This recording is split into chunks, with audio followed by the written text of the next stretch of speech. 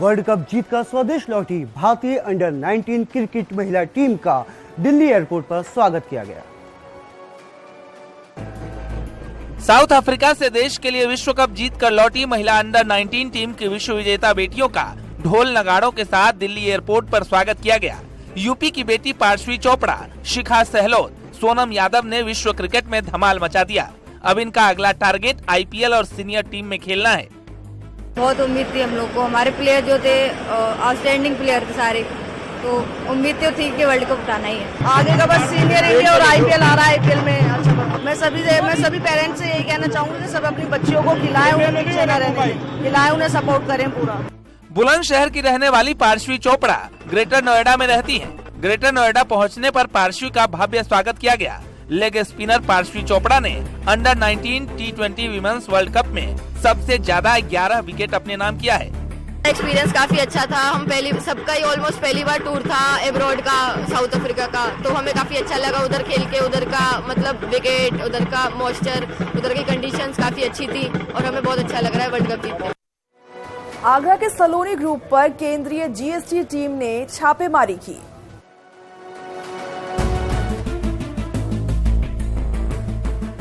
गुरुवार दोपहर को केंद्रीय जीएसटी की टीम सलोनी ग्रुप के शमशाबाद स्थित महेश एडिबल ऑयल सहित घर पर पहुंची और छापेमारी की। हालांकि बताया ये जा रहा है कि फार्म के द्वारा खरीद फरोख्त को लेकर टैक्स में हेरफेर की सूचना मिली थी, जिसके बाद सेंट्रल जीएसटी की टीम ने छापेमारी की। ये कंपनी सपा सरकार में दर्जा प्राप्त मंत्री रहे शिव कुमार राठौड़ के नाम पर थी, लेकिन कोविड के दौरान उनका निधन हो गया, जिसके बाद उनके बेटे ये कारोबार संभाल रहे हैं। ये छापेमारी संजय बलिद स्थित कार्यालय सहित शमशाबाद में फैक्ट्री और घर पर भी टीम मौजूद है और जांच पड़ताल कर रही है। सेंट्रल जीएसटी की टीम को सूचना मिली थी कि खरीद फरोख्त में टैक्स के हेरफेर को लेकर ये लोग बचाव करते हैं, जिसके बाद टीम ने छापेमार कार्रवाई को अंजाम दिया है।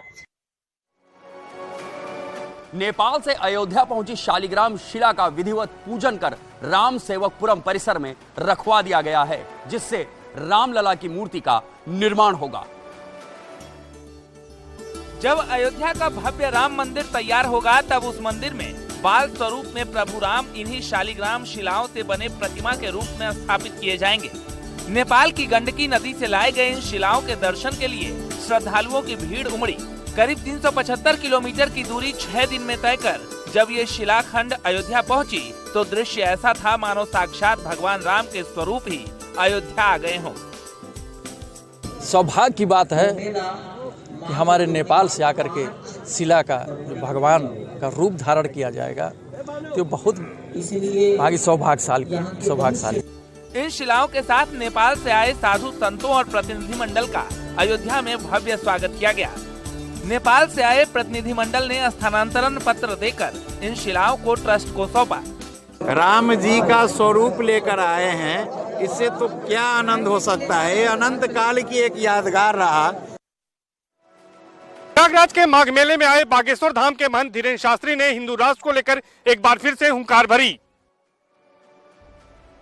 माघ मेले में आकर सबसे पहले धीरेन्द्र कृष्ण शास्त्री ने संगम में आस्था की डुबकी लगाई। उसके बाद सनातन धर्म को एकजुट करने और हिंदू राष्ट्र को लेकर संगम तट से बड़ा संदेश देने की कोशिश की।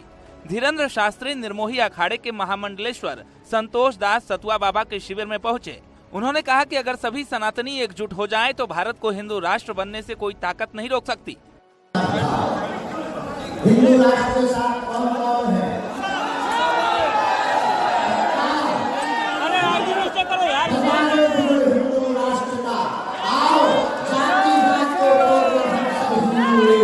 माघ मेले में धीरेन्द्र शास्त्री का दर्शन करने के लिए लोग भी खासे उत्साही दिखे। साधु संतों और श्रद्धालुओं ने उनके हिंदू राष्ट्र की मुहिम का पुरजोर समर्थन किया है। श्रद्धालुओं ने इस मौके पर जय श्री राम के नारे भी लगाए। भगवान राम के आदर्शों को जन जन तक पहुंचाने के लिए वाराणसी में 2 दिन के लिए रामायण कॉन्क्लेव का आयोजन होगा। वाराणसी में 2 दिवसीय रामायण कॉन्क्लेव आयोजित की जा रही है, जिसमें हजारों छात्रों के साथ कथावाचक और बुद्धिजीवी शामिल होंगे। 3 और 4 फरवरी को काशी हिंदू विश्वविद्यालय के कला संकाय प्रांगण में ये कॉन्क्लेव आयोजित किया जाएगा। इस कॉन्क्लेव में भगवान राम के आदर्शों को रामायण के जरिए छात्रों और युवाओं के सामने रखा जाएगा। रामायण के काव्य पाठ, चित्रकला, संगोष्ठी और भजन के साथ कई सांस्कृतिक कार्यक्रम भी होंगे। इस आयोजन का मुख्य उद्देश्य है मर्यादा पुरुषोत्तम भगवान श्री राम के आदर्शों से समाज को परिचित कराना और विशेष रूप से युवा पीढ़ी को, क्योंकि बच्चों को जानना सबसे ज़्यादा ज़रूरी है। तो भगवान श्री राम के आदर्शों से, रामायण की संस्कृति से उनको परिचित कराने के लिए जितने भी तरीके हम लोग अपना सकते हैं। मथुरा में पुलिस पर हमला करने वाले बदमाशों के साथ पुलिस की मुठभेड़ हुई, जिसमें एक बदमाश को पुलिस ने गिरफ्तार कर लिया है। मथुरा में पुलिस के साथ मारपीट करने वाले बदमाशों से दिन दहाड़े पुलिस की मुठभेड़ हो गई, जिसमें श्याम नाम के आरोपी को पुलिस ने गिरफ्तार किया है। साथ ही पुलिस से छीनी गई पंप एक्शन गन भी पुलिस ने बरामद किया है। मामले में 6 नामजद और कई अज्ञात भी आरोपी बनाए गए हैं। पुलिस ने सभी पर NSA के तहत कार्रवाई की बात कही है।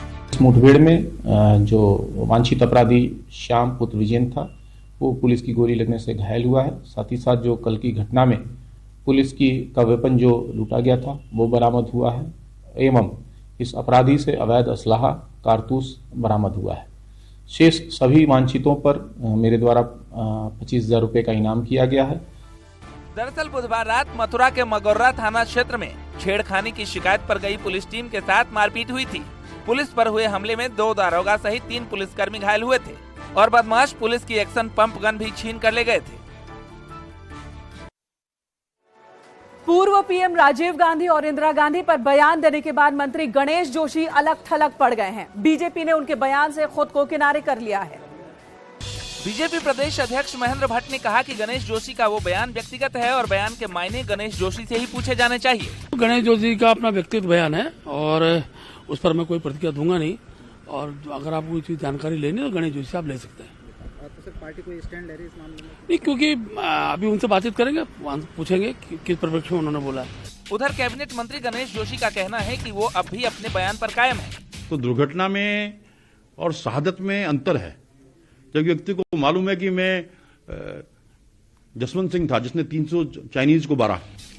वहीं कांग्रेस नेता हरीश रावत ने इसकी निंदा की है। शहादत के अपमान की बात कहते हुए गणेश जोशी से माफी मांगने की मांग की है। कनक कनकते 100 गुनी मादकता अधिकाय, वो खाए बौराए हैं या पाए बौराए। ये भाजपा के लोग सत्ता देख करके बौरा गए।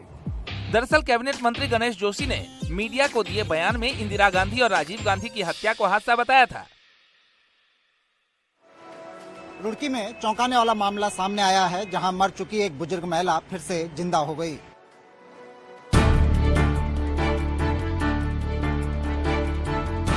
रुड़की के नारसन खुर्द गांव में एक बुजुर्ग महिला की मौत हो गई थी, लेकिन कुछ देर बाद वो अचानक जिंदा हो गई, जिससे परिवार में खुशी का माहौल है। दरअसल नारसन खुर्द गांव में करीब 102 साल की बुजुर्ग महिला ज्ञान देवी की तबीयत बिगड़ने के बाद परिजनों ने उन्हें डॉक्टर को दिखाया था, लेकिन डॉक्टर ने बुजुर्ग महिला को मृत घोषित कर दिया था। परिजन महिला के अंतिम संस्कार की तैयारी में जुटे ही थे, तभी महिला की अचानक सांस चलने लगी, जिसके बाद सभी लोग हैरान रह गए। बुजुर्ग महिला के जिंदा होने की खबर इलाके में चर्चा का विषय बनी हुई है। करीब करीब इतने उसमें 3 बजे का करीब समय हो गया था। हमारी बहन, हमारे फूफा जी, हमारी बुआ जी, हमारे बहनों, ये सब लोग आ चुके थे, रिश्तेदार करीब ज्यादा कर। उसके बाद फिर 3 बजे करीब इसको अचानक सा सांस आया। सब बैठे थे, रिश्तेदार सभी थे, यहाँ बैठे थे, इन सब बैठे थे अपना उसमें। फिर अपना इन सांस आ गया। सांस आने के बाद सब बहुत खुश हुए जी, बहुत खुश हुए। जोशीमठ में भू धसाव के बाद तकरीबन 1 महीने से राहत का काम चल रहा है, लेकिन इसी बीच सूख रही जलधाराएं परेशानी बढ़ा रही हैं। जोशीमठ में अचानक 4 वार्डों में जलधाराएं सूखने लगी है। बताया जा रहा है कि जोशीमठ में भूधसाव का सबसे बड़ा कारण प्राकृतिक नाले भी हो सकते हैं। ऐसे में जब जमीनों में दरारें पड़ी तो जलधारा भी गायब हो गयी। साथ ही बहता हुआ पानी भी अपनी दिशा बदल चुका है, जिससे लोगों को पानी की किल्लत का सामना करना पड़ रहा है। यहाँ पे जो है ये पानी का धारा जो सूख गया है, इससे बहुत से लोगों को बहुत सी परेशानियां हो गई है। जैसे होटल वाले भी सीजनों में यहाँ से पानी ले जाते हैं, और बहुत से इधर उधर रहने वाले किराएदारों को भी दिक्कत होती है। वो लोग कपड़े धोने के लिए, पीने के लिए, नहाने के लिए यहाँ पर आते थे, और हम लोगों को खुद यहाँ पर 24 घंटे इस पानी की आवश्यकता पड़ती। वहीं लगातार 1 महीने से राहत और बचाव कार्य भी जारी है। प्रशासन प्रभावित परिवारों के लिए हर संभव सहायता मुहैया करा रहा है। जगह जगह राहत शिविर खोले गए हैं। जोशीमठ में आई आफत को आज ठीक 1 महीना हो गया है। 2 जनवरी से ही जोशीमठ के विभिन्न इलाकों में दरार पड़नी शुरू हुई। तब से लगातार प्रशासन लोगों को राहत पहुंचाने की कोशिश कर रहा था। 2023 बजट को सीएम योगी ने सर्वसमावेशी बजट बताया है। प्रेस कॉन्फ्रेंस कर सीएम योगी ने इस बजट को 25 साल का विजन बताया है। आम बजट को लेकर सीएम योगी ने केंद्र सरकार की तारीफ की है। सीएम योगी ने प्रेस कॉन्फ्रेंस कर कहा कि बजट में हर तबके का ख्याल रखा गया है। गांव, गरीब, नौजवान, किसान, हर वर्ग की बात की गई है। साथ ही टैक्स छूट का दायरा बढ़ाकर सरकार ने मध्यम वर्ग को बड़ा तोहफा दिया है। सीएम ने कहा कि इस बजट से यूपी को भी बड़ा फायदा होगा। यूपी में नए हाईवे, एयरपोर्ट और इंफ्रास्ट्रक्चर में तेजी से विकास होगा। सीएम योगी ने कहा कि भारत सबसे बड़ी अर्थव्यवस्था बन रहा है। दुनिया में भारत की पहचान बदली है और आम बजट में सरकार ने 25 साल का विजन पेश किया है। एक सर्वस्पर्शी, समावेशी बजट है जो समाज के प्रत्येक तबके को, उन सबको इसमें अवसर देने का कार्य किया है और इन सभी अवसरों को यूनियन बजट में सप्तऋषि के रूप में संबोधित किया गया है। फतेहपुर में धर्मांतरण की पाठशाला चलाने वाले नेपाल के मौलवी को फर्जी नागरिकता दिलाने के आरोपी एजाज खान को गिरफ्तार किया गया है। आरोपी एजाज खान धोखाधड़ी और धर्मांतरण के मामले में 1.5 साल से फरार चल रहा था। मामला 30 सितंबर 2021 का है, जहां गाजीपुर थाना इलाके के एक मस्जिद में युवाओं का ब्रेन वॉश कर धर्मांतरण की पाठशाला चलाने का सनसनीखेज खुलासा हुआ था। पुलिस ने इस मामले में केस दर्ज कर फर्जी तरीके से भारत की नागरिकता हासिल करने वाले नेपाल मूल के मौलाना मोहम्मद फिरोज आलम को गिरफ्तार कर जेल भेज दिया था। अब पुलिस ने फिरोज आलम को फर्जी नागरिकता दिलाने वाले वांटेड एजाज खान को भी गिरफ्तार कर जेल भेज दिया है।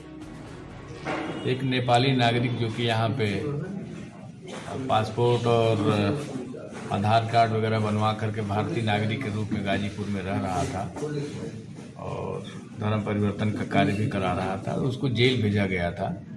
उसको सहयोग करने में, उसके सारे डॉक्यूमेंट्स बनवाने में वहाँ का ग्राम प्रधान एजाज सम्मिलित था, वो वांछित था। उसे आज पुलिस ने अरेस्ट किया है, उसे भी जेल भेजा जा रहा है। G20 देशों के प्रतिनिधिमंडल को ताजमहल के दीदार से ठीक पहले पुर्तगाल की तर्ज पर छतरियों से सजा मनमोहक आसमान नजर आएगा। ताजमहल के ठीक पहले चौराहे पर बने सेल्फी पॉइंट का आसमान रंग बिरंगी छतरियों से आगरा विकास प्राधिकरण ने सजाया है। आगरा विकास प्राधिकरण ने 1 सप्ताह की मेहनत के बाद सेल्फी पॉइंट की तस्वीर बदल दी है। पुर्तगाली शैली में आसमान में सजाई गई छतरियां अद्भुत एहसास कराती हैं। विदेशों से आए G20 के प्रतिनिधियों को ताजमहल के ठीक पहले आसमानी छतरियों का दीदार होगा। एक कॉर्नर में हम लोगों के द्वारा G20 को के स्वरूप में डेवलप किया गया। उसी के साथ हमारे सेल्फी पॉइंट को भी हमने रिवैम्प किया है और यहाँ पे जैसे इंटरनेशनल लेवल पे जो स्ट्रीट्स में डेकोरेशन होता है, उन प्रैक्टिसेस को अपनाकर जैसा कि आप देख सकते हैं अम्ब्रेला की जो डिज़ाइन है पूरी रोड के ऊपर, वो हम लोगों ने अपनाई है और एक नवीन लुक देने का प्रयास किया गया है ताकि जो हमारे G20 के गेस्ट आएंगे उनको एक अच्छा